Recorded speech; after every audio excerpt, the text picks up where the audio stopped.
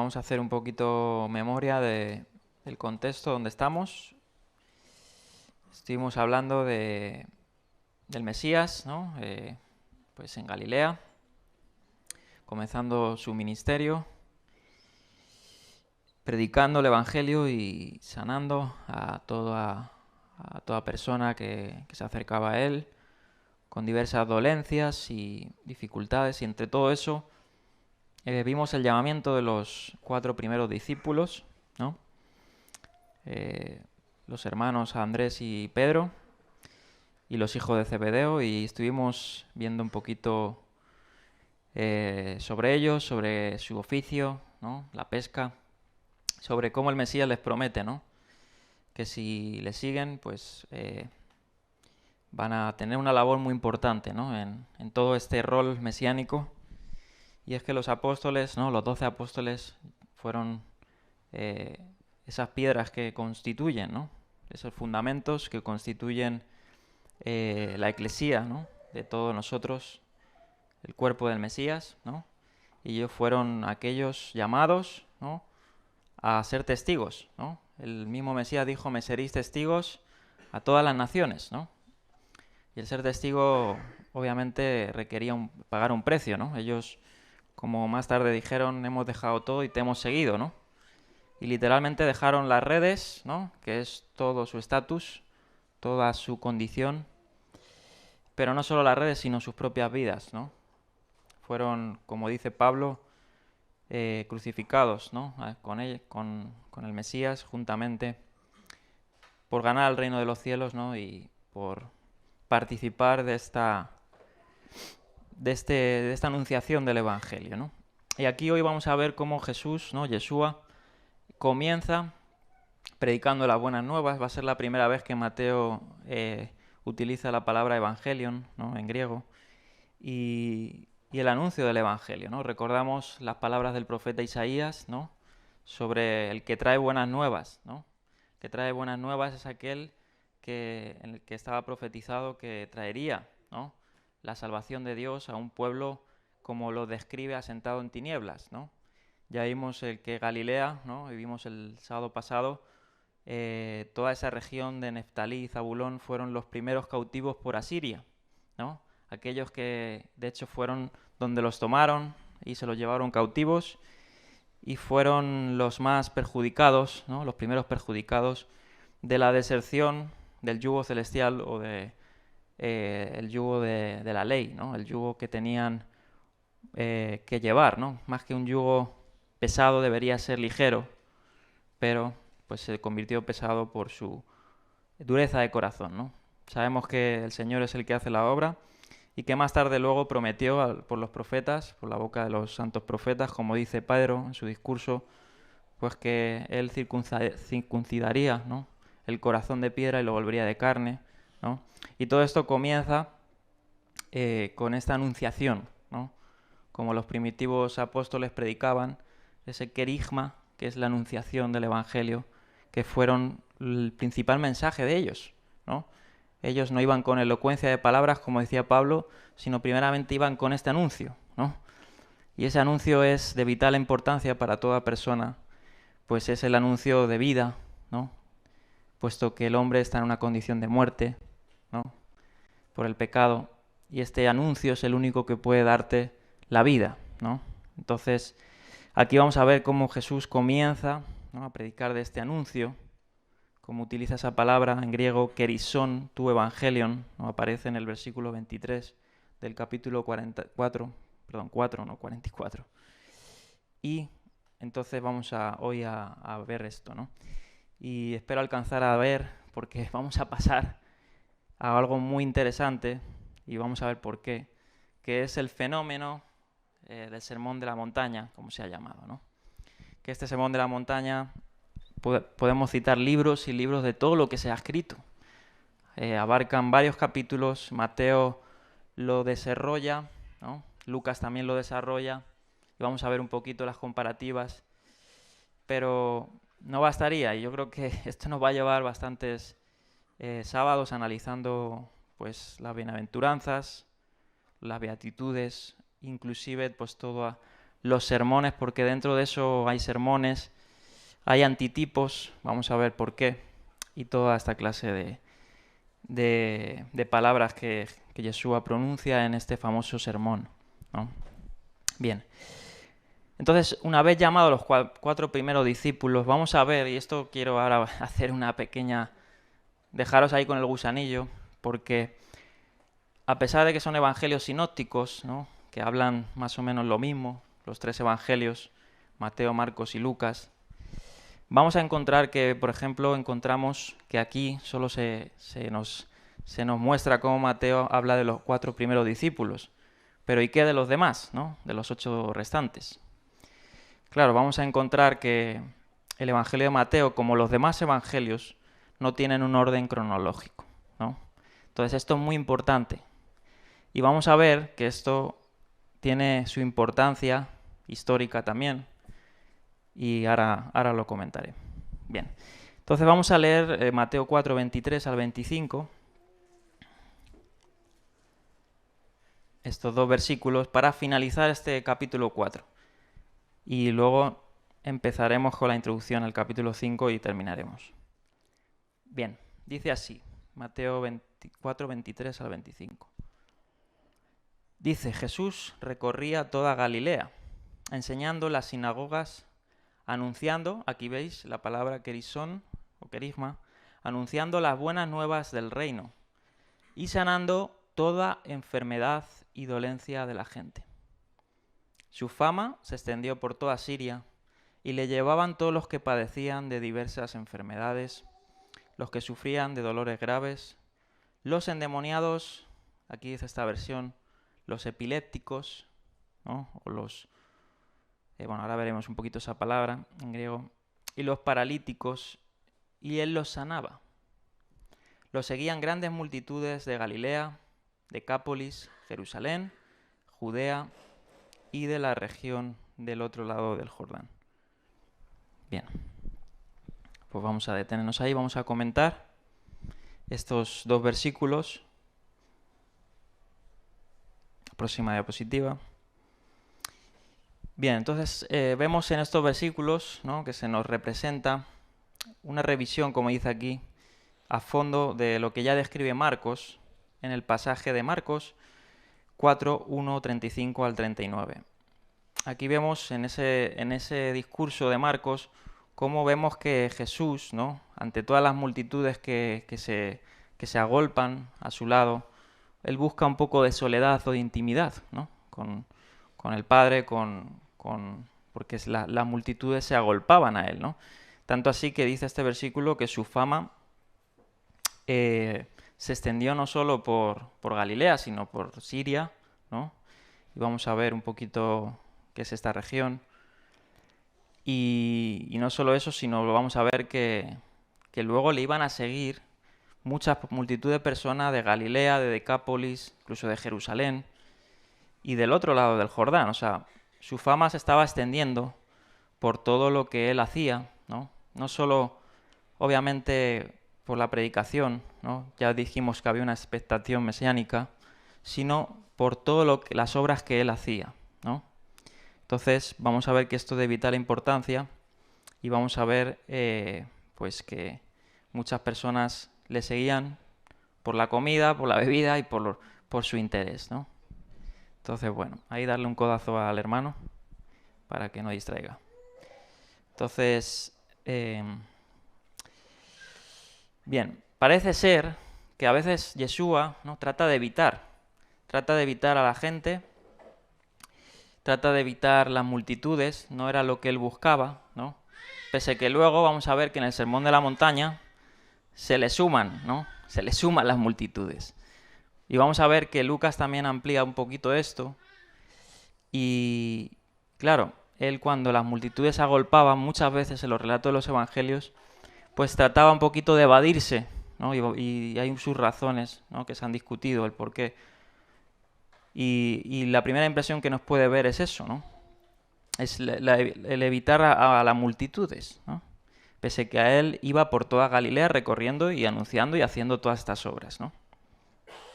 Bien. Mateo dice que Jesús viajó por toda Galilea. Y lo primero que hacía era enseñar, dice, en las sinagogas, ¿no? Las sinagogas, que era, vamos a ver, bueno, no voy a leer todo eso que he recopilado sobre el origen de las sinagogas, pero el origen de las sinagogas para los eruditos es muy discutido, ¿no? Es muy discutido sobre cuándo empezó, ¿no? Cuándo empezó el origen de las sinagogas y por qué empezó. La mayoría coinciden que fue, pues, en la época cautiva, ¿no? En Babilonia, puesto que el templo había sido profanado en Jerusalén, ¿no? Y el templo era el lugar de reunión para los judíos. Y la sinagoga fue ese lugar que sustituyó o reemplazó momentáneamente, ¿no?, al templo para los cautivos, ¿no? Y bueno, hay una discusión de todo esto. Y él lo primero que hacía era enseñar en esas sinagogas, ¿no? En toda Galilea, anunciaba el Evangelio, la buena nueva del reino, y curando a todo doliente, ¿no? Y los tres principios que se enseñan es enseñar, didaskon, de donde viene didagé, ¿no? La didagé es la enseñanza de los apóstoles, ¿no? Hay un documento que se llama la didagé, ¿no?, que data aproximadamente entre el primer y el segundo siglo, y son las enseñanzas orales que se tuvo de los apóstoles, ¿no?, que recopilaron los primeros creyentes, la didagé. Y él le hacía, enseñaba, proclamaba, kerisón, que es esa anunciación que luego Pablo hacía en cada sinagoga, que era lo que primero Pablo hacía, los apóstoles, y curaba. Me distrae mucho este chico, estoy poniendo nervioso. Alejandro, salte y que te dé un poquito ahí el aire, por favor. Es que me distraes. Perdona, perdón. Necesitamos orar por Alejandro. Él es un buen chaval y le queremos mucho, pero tiene esa lucha, ¿no? Y quiera el Señor que le libere de ese problema, ¿no? Si alguien quiere salir con él y ayudarle ahí. Necesitamos oración por los hermanos que padecen dificultades. Y bueno, y curaba, ¿no? De donde viene la palabra terapeun, ¿no?, que me imagino que ahí vienen palabras al español, terapeuta, ¿no?, o otras palabras. Y estos tres participios se utilizan, ¿no?, para esta obra del Mesías. Y ese es el resumen de lo que él hacía en Galilea, ¿no?, recorriendo toda Galilea. Posiblemente él enseñaba las sinagogas, ¿no?, como dice, ¿no? O sea, y vamos a ver que en el primer siglo se acostumbraba en la sinagoga, como vemos luego con Pablo, ¿no?, de ciertas personas que tenían fama, pues que podían hacer una aportación, ¿no?, a la lectura de la ley y los profetas, ¿no?, o una enseñanza. Entonces, él visitaba las sinagogas, y no solo las sinagogas, sino también predicaba en el aire libre, ¿no?, ahí en la calle, ¿no?, hacía esa labor. Bien. Vamos a ver que aparece esa palabra, que es la palabra evangelion, de donde viene la palabra o el equivalente en hebreo besorá. Y vamos a ver que en el Evangelio según Marcos, antes de él llamar a los 4 discípulos, nos amplía un poquito lo que Jesús hace, ¿no?, antes de esa labor. Y dice que muy de madrugada, Marcos 1, versículo 35, cuando todavía estaba muy oscuro, Yeshua se levantó, salió de la casa y se fue a un lugar solitario donde se puso a orar, ¿no? Y vamos a ver que antes de esta misión que él tiene por toda Galilea, acostumbraba muy de madrugada a orar, ¿no? Y de ahí salir para su misión, ¿no? Bien, vamos a seguir la próxima diapositiva. Esto es interesante. Dice aquí, si seguimos el ejemplo del Targum, el Targum son las paráfrasis arameas, ¿no?, que se tomaban en la sinagoga, ¿no?, o que interpretaban el texto bíblico, deberíamos entender, dice, el reino de Dios como una forma de hablar de la presencia y el reinado de Dios, ya que dice que anunciaba el evangelio del reino, ¿no? Un concepto que incluye reino o esfera. La indicación más clara de esto se ve en las tradiciones sinópticas, fuera de Marcos, donde Jesús dice: si por el dedo de Dios expulso demonios, el reino de Dios ha llegado a vosotros, ¿no? Dice Marcos, sin embargo, solo muestra un modesto interés por el reino. La mayoría de las veces las referencias al reino tienen más que ver con la pertenencia y con quién puede entrar y quién no puede entrar y por qué. Para Marcos la cristología es la cristología, se enfoca más en eso, ¿no? En quién es Cristo.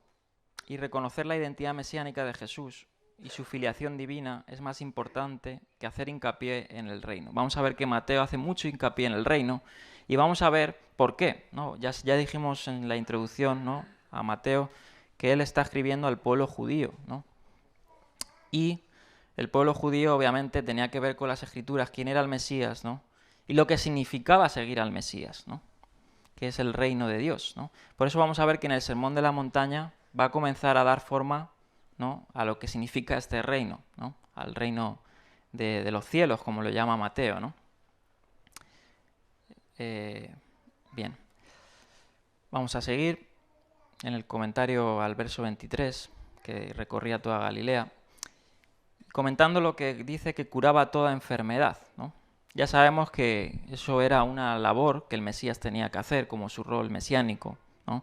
No solo traer la buena doctrina, ¿no?, que la traía, no solo traer las buenas nuevas de salvación, que las traía, sino el reino de los cielos también venía acompañado con señales, ¿no?, y con prodigios.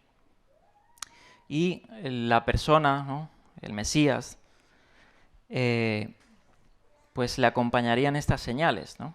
Como aparece ahí, él curaba toda enfermedad y toda dolencia en el pueblo, ¿no? Todos aquellos que se acercaban a él, ¿no?, muchos eran para que les sanara. Dice aquí, aparecen estas palabras, ¿no?, enfermedad y dolencia, en griego, nosos y malaquía. Y vamos a ver que parece aludir este texto, ¿no?, porque si lo llevamos a un paralelo con un pasaje en la Torá, que es el Deuteronomio 7:15, vamos a ver que en la Septuaginta se utilizan exactamente las mismas palabras, ¿no? Deuteronomio 7:15. Y Deuteronomio 7:15, por aquí lo tengo, creo que lo escribí por aquí. Bueno, ahí lo dice: el Señor quitará de vosotros toda enfermedad, ¿no? Y ahí aparece la palabra en la Septuaginta malaquía, como aparece aquí, enfermedad. Y no os infligirá ninguna de las enfermedades dañinas, y aparece esa palabra, nosos, de Egipto que habéis conocido, sino que las impondrá a todos los que os odian. Entonces parece ser que uno de los roles que él traía era este, ¿no? Era ser aquel que quitaría todas estas enfermedades, todas estas dolencias, ¿no?, que el Señor prometió también al pueblo de Israel quitar entre medio de ellos, ¿no?, por todas las cosas que habían padecido en el pasado, ¿no?, y que podían padecer en el desierto. De ser así, parece sugerir que Mateo ve el ministerio de curación de Jesús como el cumplimiento de promesas, dice aquí, vinculadas a la tierra prometida y a la esperanza de renovación nacional. Esta interpretación es coherente con el tema del desierto y con las citas y alusiones del Deuteronomio que se observan en el relato de la tentación, ¿no? Muchos eruditos han visto en toda esta obra, ¿no?, o este preámbulo del ministerio de Jesús, un equivalente con Israel, ¿no?, en el desierto, llegando a la tierra, etcétera, con las tentaciones en el desierto, con el nacimiento, por ejemplo, de Moisés, ¿no?, en las aguas, con lo que relata el Evangelio del nacimiento de Jesús, ¿no?, todo ese símil. Dice: la buena salud, la abundancia y el alivio de la enfermedad y la opresión formaban parte de esa esperanza mesiádica de la antigüedad tardía, ¿no? Y ahí están las citas. Bien.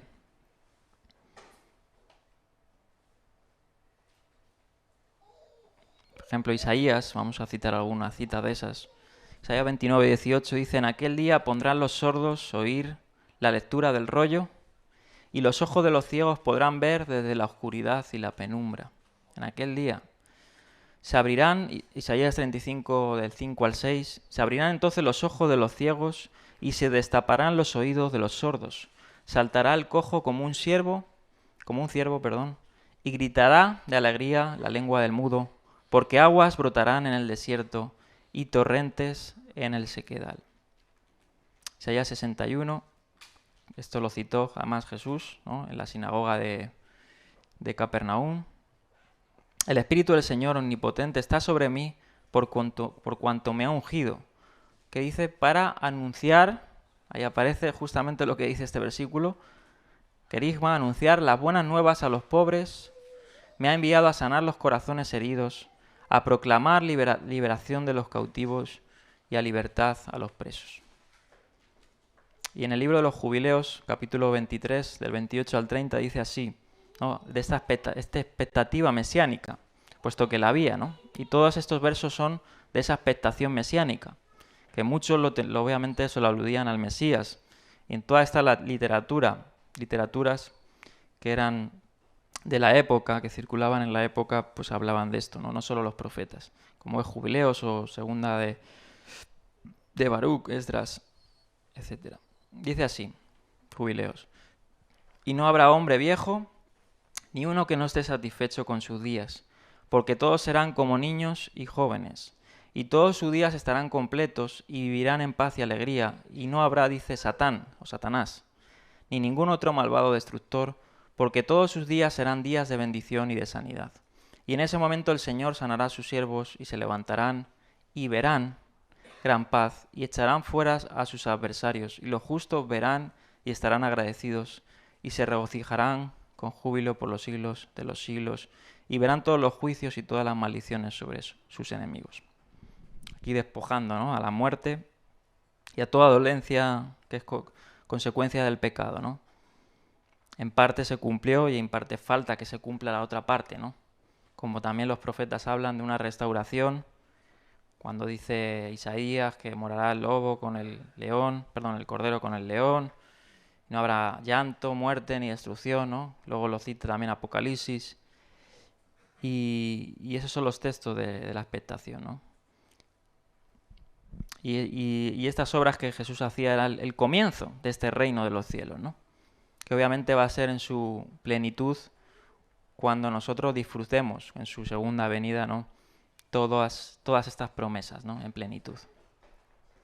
Bueno, aquí hay una comparativa en el siguiente verso de lo que he citado, para que veáis que no es un invento, o sea, que son cosas que son tal cual, que es el Deuteronomio 7:15 y Mateo 4:23, ¿no? Esa comparativa que algunos hicieron pues como una especie de cita, ¿no? Bien, entonces vemos que dice que él predicaba por toda Galilea, ¿no? Algunos, ahí hay una discusión de cuántas personas había en Galilea. Por ejemplo, Josefo, en Antigüedad de los Judíos, describe, ¿no?, y algunos han catalogado a Josefo como de sensacionalista, ¿no? Sí que parece ser que Josefo a veces inflaba los datos, ¿no? No quería decir que no fuera histórico, porque gracias a Josefo, que fue de los pocos, o el singular individuo, ¿no?, que relató más a profundidad todo lo que pasaba en Judea y en todo Israel, ¿no?, en los tiempos del primer siglo. Sin embargo, pues Josefo, por ejemplo, dice que Galilea tenía hasta 204 ciudades, ¿no? Los eruditos o los académicos tienden a decir que eran menos, ¿no?, por todo lo que conllevaba Galilea y todos los descubrimientos que ha habido, ¿no?, y otros textos también paralelos. Y decía que Josefo, que hasta podían haber, por ejemplo, una estimación, por aquí tengo el dato,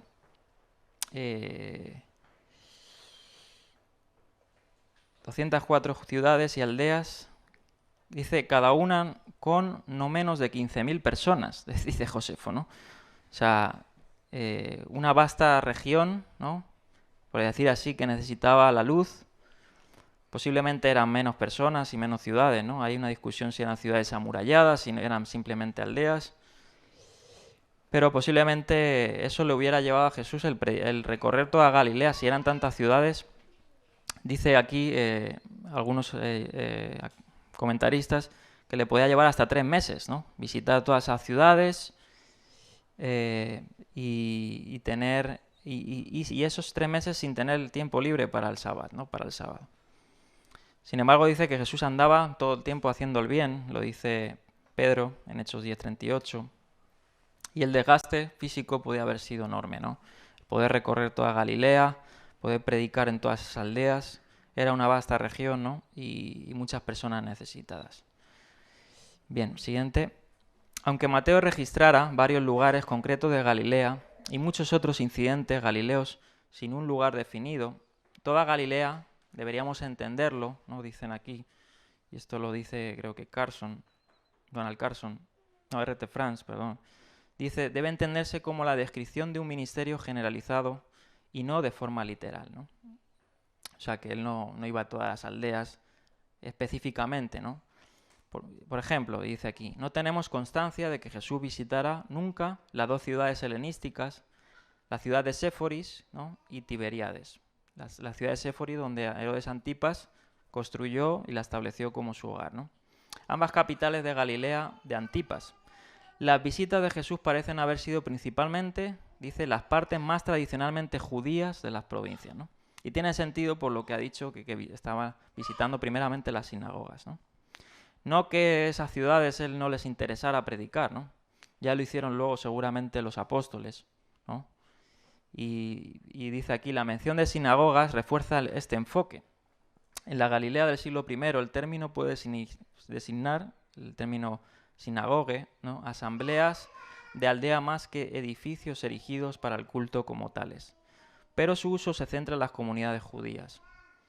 El pueblo en Mateo también denota normalmente, en especial, el pueblo de Israel. Y luego vamos a ver que el mismo Jesús reafirma un poquito esta idea que dice Franz, cuando él dice mismo que solo había ido para las ovejas perdidas de la casa de Israel, ¿no?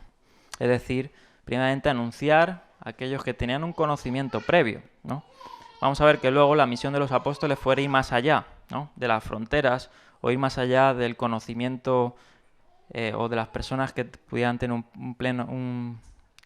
una primicia de conocimiento, ¿no?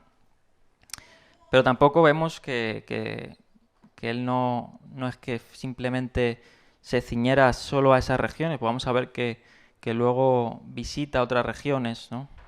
Pero su misión central era anunciar a estas personas, ¿no? Bien, como veis ahí, Mateo 8, del 5 al 13, y del 15 al 21 al 28 son excepciones a esto que se comenta, ¿no? Bien, ahí vemos un mapa en la próxima diapositiva del ministerio de Jesús, ¿no? Y vemos que Galilea estaba dividido en la Alta Galilea, ¿no? Y la Baja Galilea. Entonces era toda esa región en que él recorría, ¿no? Recorría. Y dice que su fama, ¿no? Se extendió por toda Siria, ¿no? O sea, sus obras y todo lo que él hacía llegó al alcance de otras personas, ¿no? Bien, ahí tenemos, vamos a seguir. Ahí vemos un mapa, ¿no? Para familiarizarnos con la geografía.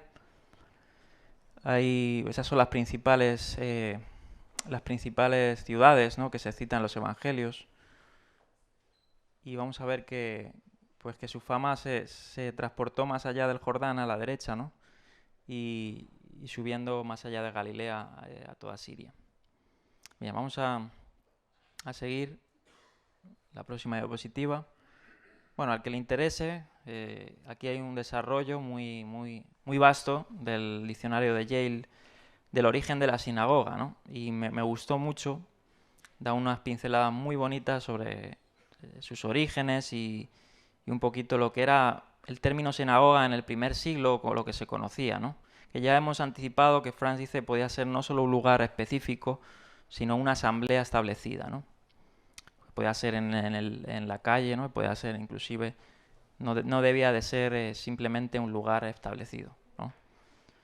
Aunque sí que se desarrolló más a partir del primer siglo como lugares establecidos, ¿no? Por ejemplo, en la siguiente diapositiva, bueno, el desarrollo está en las notas de la diapositiva, vamos a ver todas las sinagogas que estaban construidas o eran lugar de reunión en el primer siglo, ¿no? Ahí tenemos todos esos puntos que veis a la izquierda, eran todas las sinagogas antiguas, que son hasta 55 sinagogas que se han datado, y entre ellas pues habían algunas que se mencionan en los evangelios, ¿no? Como vemos la de Capernaum, o la de Caná, o vemos otras más, ¿no? 51 sinagogas que estaban en el primer siglo, ¿no? Eso sería un poquito la estructura de la sinagoga, que vimos el sábado pasado que se citó la sinagoga de Capernaum, ¿no? Esos restos arqueológicos que había, y tenía una estructura similar todas las sinagogas, ¿no? Tenía un lugar donde se leía la escritura, tenían un lugar donde se depositaba los rollos de la escritura, tenían un lugar, un pasillo donde las personas podían socialmente interactuar, etcétera, ¿no? Por ejemplo, en el SIN 3 vemos la reconstrucción, ¿no? Donde se ponía el rollo de la Torá, ¿no? El Nabratein, como le comento. Y un poquito para que veáis cómo era una sinagoga del primer siglo. A donde Jesús, dice en Samaria, perdón, en Galilea, era su primera visita, ¿no? Las sinagogas. Bien, vamos a seguir la próxima. Ahora comentando lo de Siria, ¿no? Dice que su fama se extendió por toda Siria. Y esto es un poco dividido, ¿no? Siria estaba al norte, o sea, ya hemos visto el Alta Galilea, estaba más allá del Alta Galilea. Y desde el punto de vista de Roma, posiblemente Mateo tiene presente este término, Siria era una provincia romana que abarcaba toda la Palestina, ¿no? Algunos dicen que esto es a lo que se menciona en Mateo, ¿no? Con excepción a Galilea, por eso posiblemente Mateo tenía presente esto, ¿no? Para que veáis que hay un mundo entre lo que podamos nosotros conocer, ¿no? Y que luego, pues, podamos ya ver, ¿no? Cómo era realmente allí. No estoy diciendo que fuera así, pero pasó, por ejemplo, con los roles que Lucas da a los gobernadores en Judea. Por allá los escépticos, bueno, no más que los escépticos, los liberales criticaron mucho a Lucas por no ser tan histórico como él dice en el capítulo 1, verso 1, que se había propuesto a indagar sobre todas las cosas, ¿no? Dijeron que en el primer siglo no había este título, creo que era tetrarca, ¿no? No, tetrarca no, perdón, cónsul o algún, no me acuerdo exactamente. Y luego más tarde, ¿no? Después de unos años se descubrió que sí que existía y que Lucas había sido incluso más específico que algunos historiadores, como pueda ser Suetonio o Tácito, en describir a los cargos políticos de la Judea del primer siglo. Entonces vemos que hay un mundo, ¿no? entre los términos y entre cómo por ejemplo, aquí Siria puede haber sido eso, una capital del Imperio Romano, y no Siria, el país o la región de Siria más allá de Galilea, ¿no? Entonces, bueno, se discute esto. Dice, el término Siria refleja la amplitud del entusiasmo suscitado por el ministerio de Jesús. Y aquí dice Carson, si se presume aquí el uso romano del término, se muestra su efecto sobre la gente mucho más allá de las fronteras de Israel, ¿no? Los enfermos de diversas enfermedades y los que padecen fuertes dolores se dividen en tres categorías que se solapan. Nos hablan de los endemoniados, ¿no? De aquellos que estaban poseídos por demonios, los que padecen convulsiones o algún tipo de locura, ¿no? En griego aparece seleniazomenus, ¿no? Que se traduce esto en algunas partes como epilepsia, ¿no? Y en otros como locura, ¿no? O como algún tipo de comportamiento irracional, ¿no? Incluso algunas veces como posesión también demoníaca, ¿no? Sea lo que sea, podía ser obviamente un desencadenamiento de una posesión demoníaca, ¿no? O por personas que tenían una enfermedad mental, ¿no? Que también las puede ser, ¿no? No quería decir que todos los que tuvieran enfermedades mentales estuvieran endemoniados, ¿no? Entonces hay que tener presente esto. La NBI, por ejemplo, creo que utiliza la traducción epiléptico, ¿no? Y es válida. De hecho, puede ser que sea aquí eso, por lo que dice en el primer término, ¿no? Que es endemoniado, que es un término diferente en griego. Y luego, último, los paralíticos, ¿no? Que eran aquellas personas que estaban incapacitadas físicamente, ¿no? Bien, vamos a seguir. Dice, Mateo enumera los lugares donde procedían estas multitudes. Dice, habríamos esperado Galilea, pues era la zona en que se movía Jesús, ¿no? pero los otros de la lista muestran que algunas de las personas venían incluso de muy lejos a visitarle, ¿no? Se nos habla de Decápolis. Decápolis quiere decir las 10 ciudades, aquellas ciudades que estaban al este de Jordán. Se nos habla de Jerusalén, y Jerusalén había una distancia considerable, ¿no?, de Galilea a Jerusalén, para ir solo a ver, ¿no?, y a escuchar. Posiblemente la mayoría de estas personas estaban muy necesitadas, ¿no? Y viendo la condición del primer siglo de mucha gente, pues claro, cualquier expectación, cualquier cosa que huele a nuevo, ¿no?, y a poderoso, pues la gente se podría desplazar y podría hacer lo que sea, ¿no? Lo hemos visto hoy en el siglo XXI con el Mundial, ¿no? Gente de Argentina que se endeuda ahí. Yo vi a uno que salió en las noticias ahí que había dejado a su mujer, se había endeudado, había dejado el trabajo y todo lo que hacía para ver a Argentina, ¿no? Al final tuvo suerte y ganó Argentina, ¿no?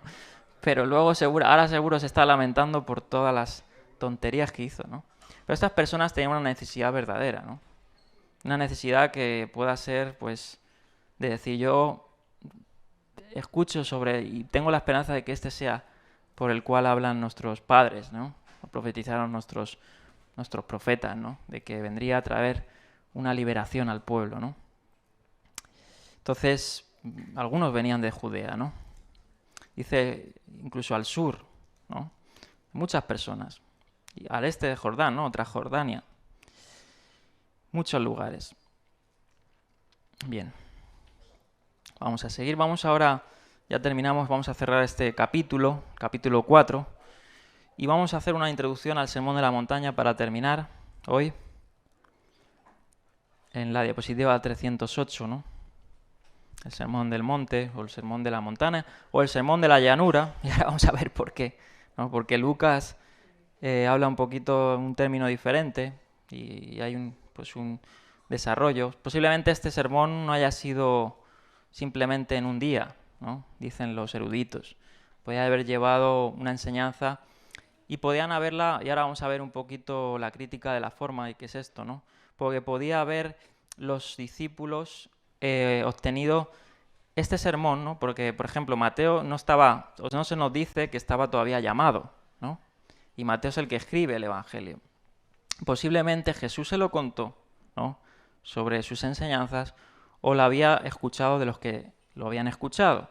De ahí sale lo que en alemán se llama Quelle, que es la fuente o documento Q, que es ese protoevangelio de que hablan los académicos. Y bueno, al que le guste un poco saber sobre esto, pues que investigue, ¿no? Yo no voy a desarrollar lo que es el documento Q, que hay muchas buenas razones en estos relatos de los evangelios para pensar que muchos tomaron de una fuente anterior a Marcos, ¿no?, los dichos de Jesús, ¿no? Y bueno, es toda una discusión. Vamos a ver una introducción, simplemente hoy vamos a ver la introducción, una visión general, una estructura del Sermón del Monte y una afinidad teológica, ¿no? Bien, no vamos a entrar ni al verso 1 ni al 2 que he puesto ahí. No va a dar tiempo, tampoco quiero ser muy renuente, pero este sermón lo merece. Merece una introducción solemne, ¿no? Puesto como dice la 310, vamos a ver, ahí está, vamos a leerlo. Y es que ningún otro discurso religioso en la historia de la humanidad, ¿no?, ha atraído tanta atención, dice Bloomberg, que se ha dedicado al Sermón de la Montaña, ¿no? Hay un libro muy bueno que yo lo recomiendo, está en inglés, de Howard Clark, y lo que hace es un comentario a Mateo entre toda la historia, no solo teológicamente cómo se ha interpretado, sino los escépticos, los ateos, a toda clase de personas que ha citado o que ha hablado sobre eso, y cómo ha evolucionado todas las interpretaciones. Y el Sermón del Monte, cuando leí yo, pasé de hecho una parte 1, no sé si alguien la leyó, si alguien la leyó, pues que hay como 5 partes más, o sea que para que veáis lo extenso que es ese comentario, pero me encantó, ¿no? Y como dice aquí, ¿no?, en este caso citando a Bloomberg en su introducción a este Sermón de la Montaña, dice que en toda la historia de la humanidad no ha dado más que hablar de otro discurso, ¿no?, que el Sermón de la Montaña, más que Pitágoras, más que cualquier filósofo, ¿no? El Sermón de la Montaña está en la cúspide, ¿no? De hecho, vamos a ver unas figuras, ¿no?, que se conocen a todo el mundo, que lo citan, ¿no? Por ejemplo, Martin Luther King, ¿no? ¿Quién no conoce a Martin Luther King? Él dice que cuando pasó un suceso en Estados Unidos que se llama la protesta de Montgomery, no sé si alguien ha visto, por ejemplo, la película, ¿cómo era? Se me olvida el nombre. ¿Qué?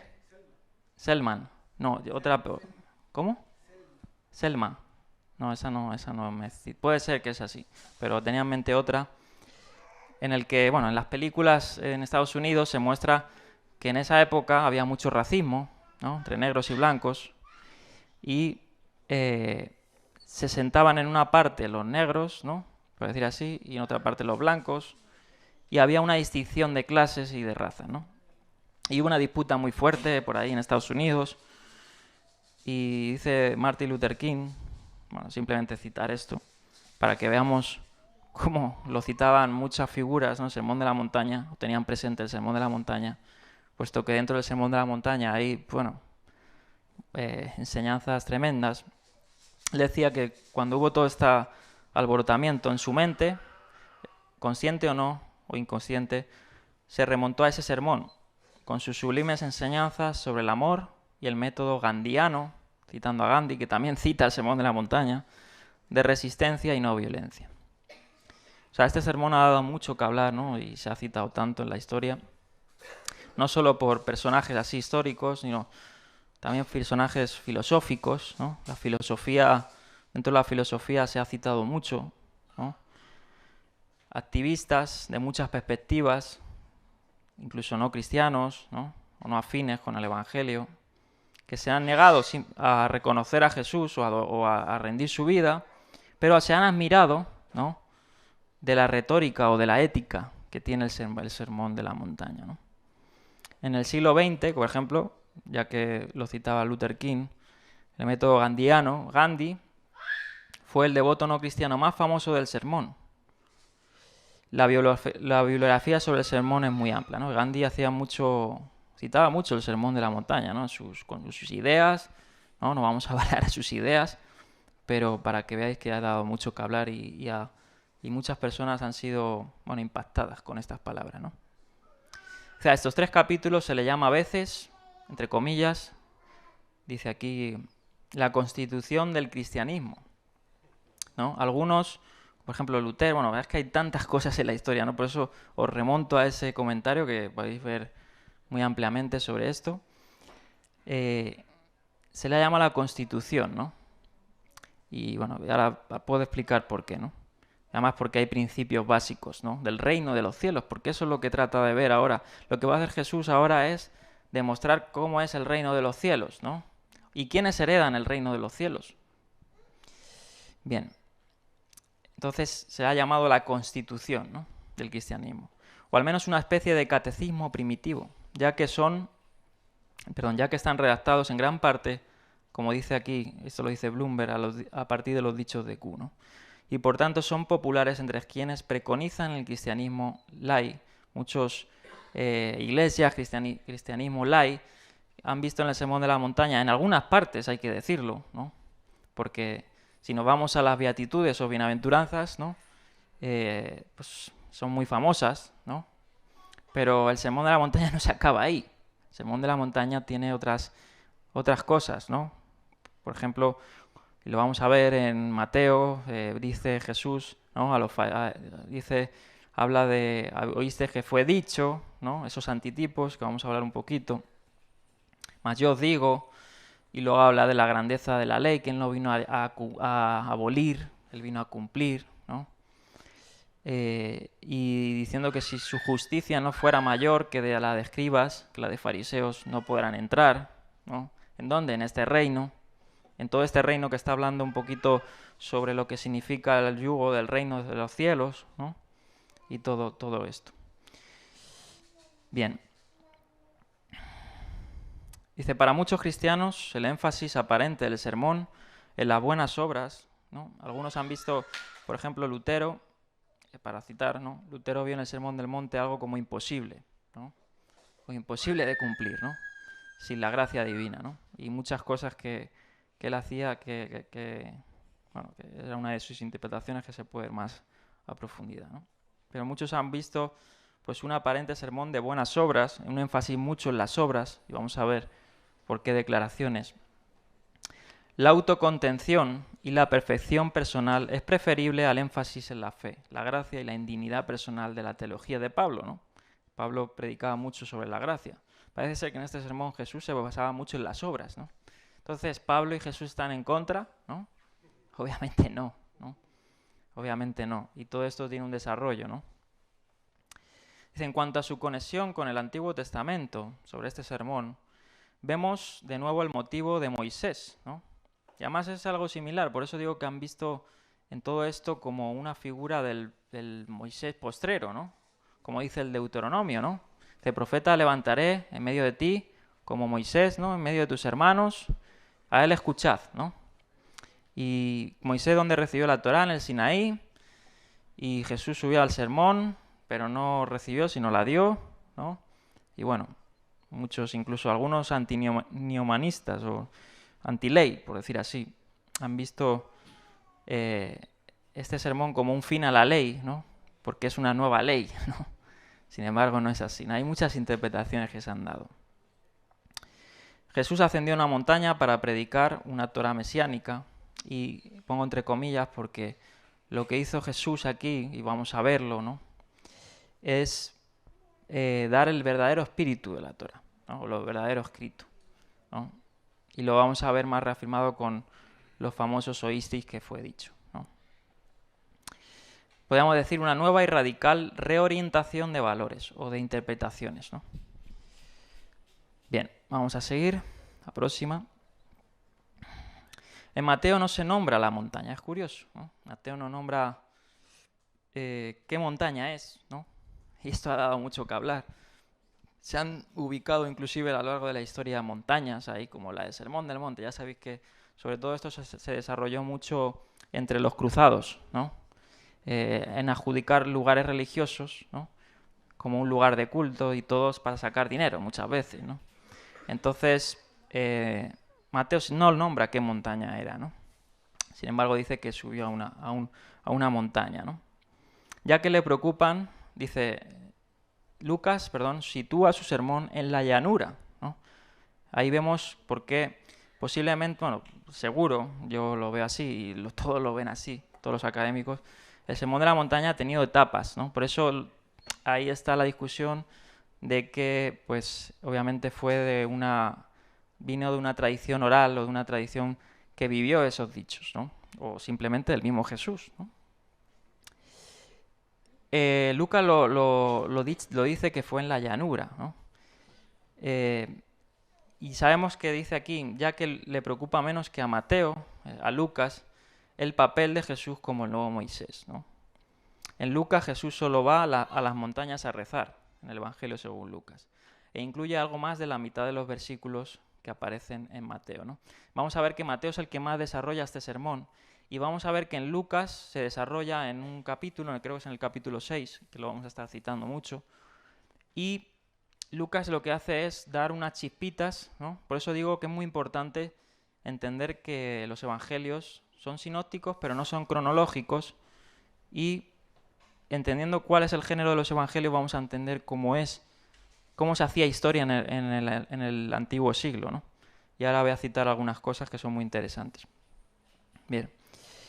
Dice, resulta extraño que un bloque de discurso tan extenso aparezca tan pronto, dice aquí, en la narración de Mateo.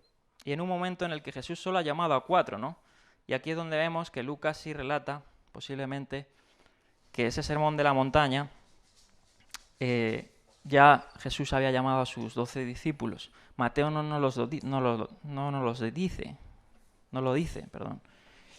Y posiblemente, bueno, seguro, obviamente no es estos relatos no son cronológicos, ¿no? Dice, Ahí está. Dice, y no ha realizado ninguna curación o milagro específico. Dice, a lo largo de los siglos, los sentimientos del sermón han inspirado, ¿no?, han frustrado y desconcertado a sus lectores. Sus bruscas transiciones pueden molestar a quienes exigen y a veces pretenden descubrir el tipo de consistencia y coherencia que no suelen encontrarse en los textos antiguos. Y eso es muy interesante, ¿no? En un catálogo de interpretaciones tan desconcertantes como las del Rey de Dios, C. Clarence Bauman señala que, entre otras lecturas, el sermón ha sido dramatizado, secularizado, universalizado, criticado, psicologizado, politizado y radicalizado. O sea, un sinfín de interpretaciones se la han dado. Bien. Vamos a seguir. Claro, aquí vemos que es que el reino de los cielos es radical. Por eso dice que se la ha radicalizado. Y Jesús en este sermón es muy radical. Es algo que por eso Lutero y algunos otros vieron como que es imposible, ¿no?, muchas veces seguir esos consejos o esas reglas, ¿no? Bien, vamos a seguir. La escena, ¿no?, ya un poquito vamos a ir a la escena, ¿no?, a la escena preámbula al sermón. La escena está todo preparado, ¿no? Él ha comenzado a predicar en Galilea, como dicen las Escrituras, ¿no? Ese fue un cumplimiento. Lo primero fue a esas tierras, podríamos decir, dejadas por la mano de Dios, ¿no? Podrían decir los de Judea. Ya expliqué el porqué el sábado pasado. Y grandes multitudes se sienten atraídas por su enseñanza. Por tanto, Mateo presenta ahora una extensa recopilación de esa enseñanza autorizada. A continuación, en los capítulos 8 y 9, se presenta una recopilación paralela de sus hechos. Pero la enseñanza se dirige, al menos al principio, parece ser que la intención de Jesús era no hacerlo abiertamente a las multitudes, ¿no?, sino a su círculo más íntimo, a los que no se han presentado en Mateo 4, 18 al 22, y que ahora son apartados de las multitudes para ser instruidos sobre lo que implica su nuevo compromiso. El centro de atención de estos capítulos no es, pues, la proclamación más amplia de la buena del reino, sino la instrucción de quienes ya han respondido a esa buena nueva. Ahí está, ¿no? No sé si lo entendéis. O sea, él ahora va a centrarse más al círculo más íntimo, al, como dice en griego, matatetes, que es discipulado, ¿no? Y el discipulado no solo era los discípulos, ¿no?, aquellos cercanos, podían ser también a los que escuchaban, se les llama discípulos a los que estaban ahí. Pero precisamente era el fin, obviamente, a ser íntimos, ¿no?, a tomar ese yugo y seguirlo. Bien. Como dice ahí, y ahora necesitan aprender, los que ya han sido predicados con la buena nueva o la anunciación, necesitan ver en qué consiste esta buena nueva, ¿no? Porque obviamente sí que nos gusta muchas veces quedarnos con la buena noticia, ¿no? Por ejemplo, en la lotería, ¿no?, te toca 1 millón de euros, nos entusiasmamos, ¿no?, que sí que es bueno, buena noticia, ¿no? ¿Quién no quiere? Pero luego te viene la mala noticia, ¿no?, que es que Hacienda te va a quitar una parte, ¿no? Entonces, ahí ya no nos gusta tanto, ¿no? Pues esto pasa lo mismo. El 1 millón de euros nos ha tocado, pero ahora toca pagar un precio, ¿no? Y eso es lo que se va a centrar a Jesús, ¿no? El reino de los cielos no es estático, no se queda ahí, ¿no? Va progresando, es progresivo, ¿no? Progresivo dice como la luz de la aurora, dice que va en aumento, ¿no? Así debe ser nosotros. Y el estándar es muy alto, obviamente, ¿no? El llegar al estándar de Cristo es muy alto, pero es nuestra vocación, ¿no? Es a lo que estamos llamados. Y es algo muy sublime, ¿no? Dice, la enseñanza lo describirá con frecuencia como un grupo especial que se opone a la gente en general y que de hecho es perseguido por ella. Son aquellos que han entrado en una nueva relación con vuestro Padre que está en los cielos y que en consecuencia están llamados a un estilo de vida radicalmente nuevo, que se distingue conscientemente de las normas del resto de la sociedad. Bien, aquí vemos la estructura un poquito que da Allison sobre el sermón, ¿no? Algunos han visto 5 discursos, así como los 5 libros de la Torá. Por eso hay muchas similitudes, ¿no?, que se han dado. Y hay muchas más que se han sacado. aquí vemos lo que contiene el Sermón de la Montaña. Vamos a ver primero las nuevas bienaventuranzas, ¿no? Las metáforas que da del reino de los cielos y del yugo de los reinos de los cielos, de la sal y la luz, como una forma introductoria de todo el sermón. Nos va a presentar Mateo también una tesis de la mayor justicia que se exige a un discípulo. Se nos va a contrastar las enseñanzas de Jesús con las interpretaciones de la ley que se han dado, ¿no? O sea, se nos va a mostrar el verdadero aplicamiento de la ley y el falso, ¿no? Con esas antítesis de oíste que fue dicho, mas yo digo. Se nos va a contrastar la piedad verdadera con la piedad hipócrita, ¿no? Mediante ejemplos. Se van a abordar cuestiones sociales, ¿no? Incluso con mandamientos sobre dinero y verdaderas riquezas. Se nos va a dar 3 mandamientos sobre cómo tratar a los demás. Y se va a concluir con 3 ilustraciones de las 2 únicas respuestas posibles a este mensaje. Es un poco la síntesis, ¿no?, de todo este sermón. Aquí en esta diapositiva, en las notas, tengo 8 enfoques que se le han dado a este sermón, ¿no?, de los 36 que se pueden haber tenido en toda la historia, ¿no?, que se citan en ese comentario de Allison. Por si alguno quiere saber más de cómo se ha interpretado en diferentes ramas teológicas, etc. Bien, seguimos en la próxima. Dice, cualesquieran que sean sus fuentes y su forma de compilación, la inclusión del Sermón de la Montaña en Mateo debe ser significativa. Algunos, dice, han señalado sus similitudes con el pensamiento judío. Dice, la obra clásica de Friedlander, de Jewish Source, The Sermon on the Mount, muestra que prácticamente todas las afirmaciones de Mateo 5 y 7 tienen su paralelo en el Talmud u otras fuentes judías. Dice aquí, esto lo dice Carson, dice, por supuesto que esto es cierto, pero es un poco como decir que las piezas de un buen automóvil se pueden encontrar en un vasto almacén, ¿no? Obviamente que se encuentre en literatura judía posterior, porque hay que decir que mucha es posterior, no quiere decir que Jesús simplemente lo estaba haciendo al método judío, ¿no? Sí que en su enseñanza, ¿no?, hay obviamente un trasfondo judío y un trasfondo hebreo de la Torá, ¿no? Pues él obviamente no estaba en contra, estaba a favor, y lo primero que hacía era ir a las sinagogas, predicarles, mostrarles en las escrituras y apelar mucho a la ley, ¿no? Pero no podemos decir que todo lo que él decía eran cosas que ya se tenían en la cultura judía, ¿no? Obviamente de eso viene la palabra Brit Hadashah, ¿no? Que es el testamento innovado, ¿no? Dentro de ese testamento hay innovaciones, hay cosas más profundas, ¿no?, y más reales, ¿no? Por eso vemos que dentro de toda sombra tiene un cuerpo, ¿no? Y lo que está haciendo Jesús es mostrarnos el cuerpo de la ley, ¿no? No quiere decir que la ley pasada fuera una sombra, ¿no? Pero la ley pasada lo que trataba era proyectar a la forma, al cuerpo, ¿no? Entonces, vamos a ver que obviamente tiene un trasfondo, ¿no? Podemos decir de la Torá, o de la ley judía, o de la ley... Porque de la ley judía digo porque también se cita, ¿no? Se citan dichos, se citan las interpretaciones. Bien.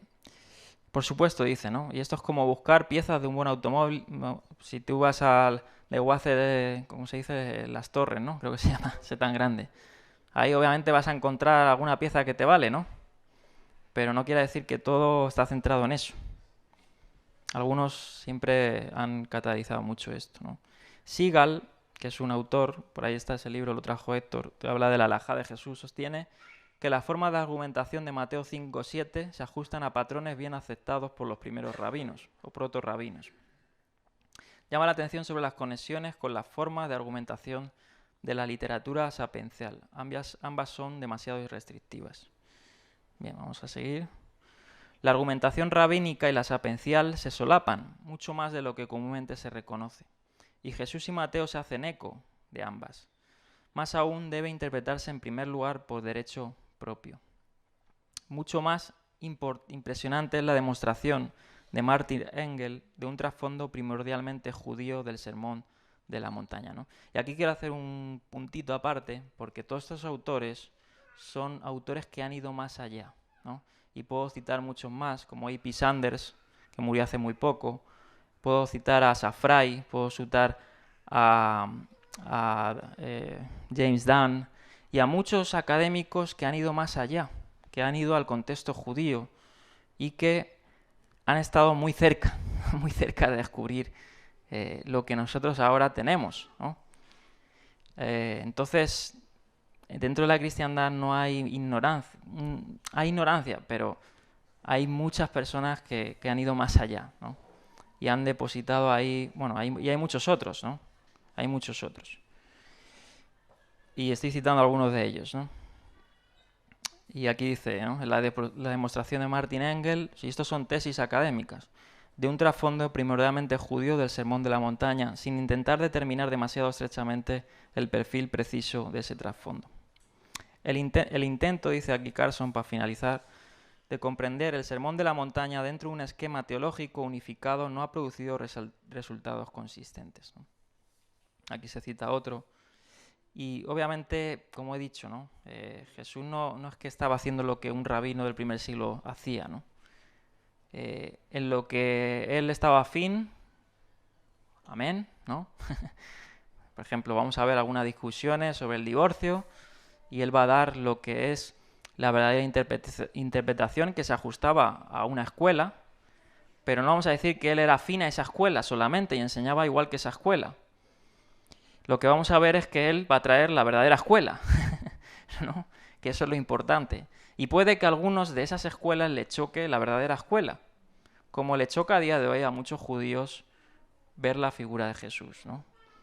Por ejemplo, uno que estudió mucho el judaísmo y es un judío, que también murió hace unos años, académico, Jacob Neusner, que es uno de los más citados. Jacob Neusner, él tuvo un acercamiento muy grande con el Evangelio. De hecho, tiene hasta libros con gente de esta que estoy citando, de Bloomberg, gente académica cristiana, y vio en Jesús, ¿no? Obviamente, una riqueza judía, ¿no? Y Neusner era un super erudito, cientos y cientos de tomos del judaísmo, de muchas cosas. Sin embargo, pues no le chocaba algunos dichos de Jesús, ¿no? Y claro, aquí yo quiero hacer este punto aparte porque algunos dicen, dar celo a Judá. Sí, pero es que hay cosas que Judá no va a pasar por el filtro. Eso solo lo va a hacer Dios cuando se les quite la venda. Porque hay cosas que no están ellos dispuestos a renunciar. Por mucho que vean a Jesús como judío, como hizo David Flusser, otro que también estudió mucho a Jesús, ¿no? Y tiene hasta libros enfocados en Jesús, alguno tengo por ahí. Pero no reconocieron porque había muchas cosas que le chocaban, ¿no? Por ejemplo, este Jacob Neusner tiene un libro con Joseph Ratzinger y hablando sobre Jesús, ¿no? Como un acercamiento, ¿no? Entonces, bueno, quiero decir esto porque la figura de Jesús, ¿no? Puede chocar, y chocó a los judíos del primer siglo, y más hoy chocará a los judíos del siglo XXI, por todo lo que se ha desarrollado en la teología judía, ¿no? Bueno, eso es un mundo. Entonces, bueno, vamos a seguir.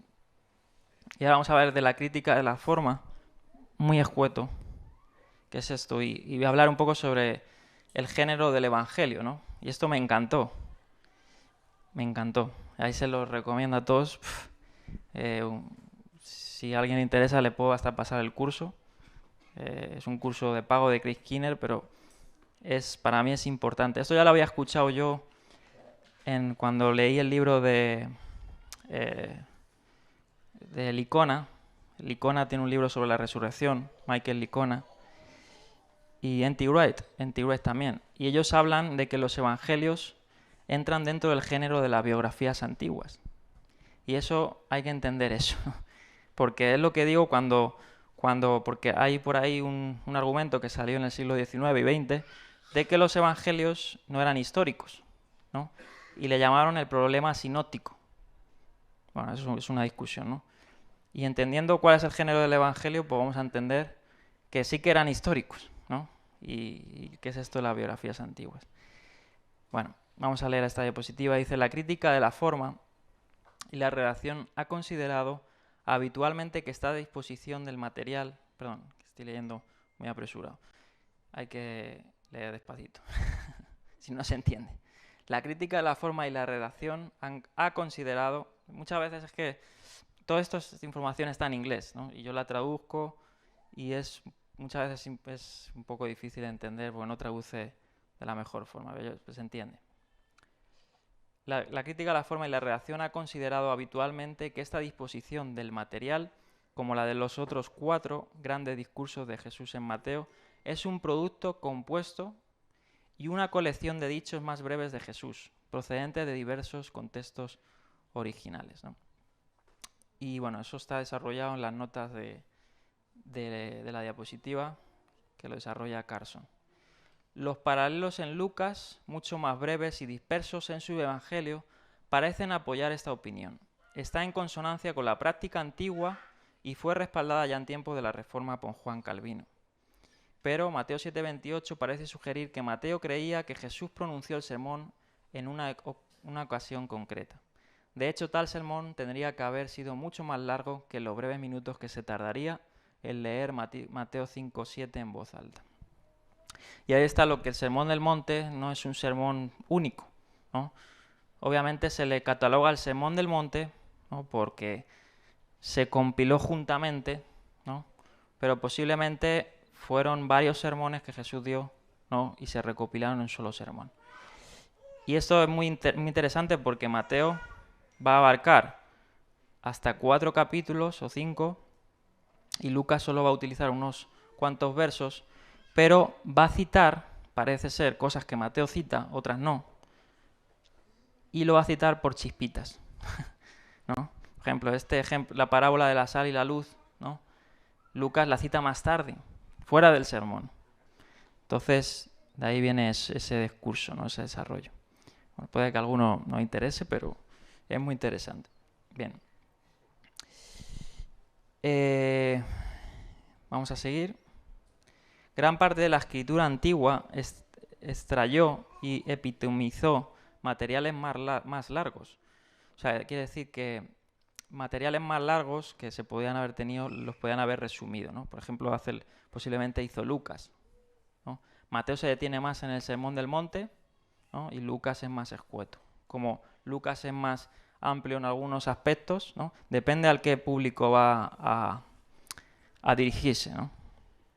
Y un estudio detallado del discurso final de Jesús en Mateo, capítulos 24 y 25, sugiere que esto es precisamente el enfoque que adoptaron allí los escritores evangélicos. Por tanto, un proceso similar pudo haber conducido al Sermón del Monte tal como lo conocemos. Puede ser, ¿no? No quiere decir que esto sea palabra de Dios, ¿no? Pero así lo han visto muchas personas. Después de todo, Lucas organiza gran parte de su material temáticamente, y muchos de los dichos más breves comunes a Mateo y Lucas bien podrían haberse sido repetidos por Jesús en muchas otras ocasiones. Jesús parece haber pronunciado este sermón después de un tiempo considerable de ministerio en Galilea, ¿no? Posiblemente pasaron incluso años, ¿no? Puede ser. Bueno, años no tanto, perdón, pero meses, ¿no? O muchos días. Es posible que los acontecimientos que aparecen más tarde en Mateo ya se hubieran producido. Sobre todo, dice aquí, la reunión de los 12 discípulos de Jesús, que se relata antes del Sermón de la Montaña en Lucas 6, 12 al 16, ¿no? Bien, y aquí es donde pongo ese recomendar curso de Kinner sobre las biografías antiguas. Voy a leer un extracto muy pequeño sobre ese curso para que veáis lo que estaba diciendo.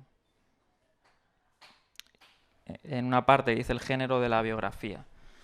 Dice, ¿cuál es el género de los evangelios? Algunos dicen que los evangelios son únicos porque tratan de una persona única.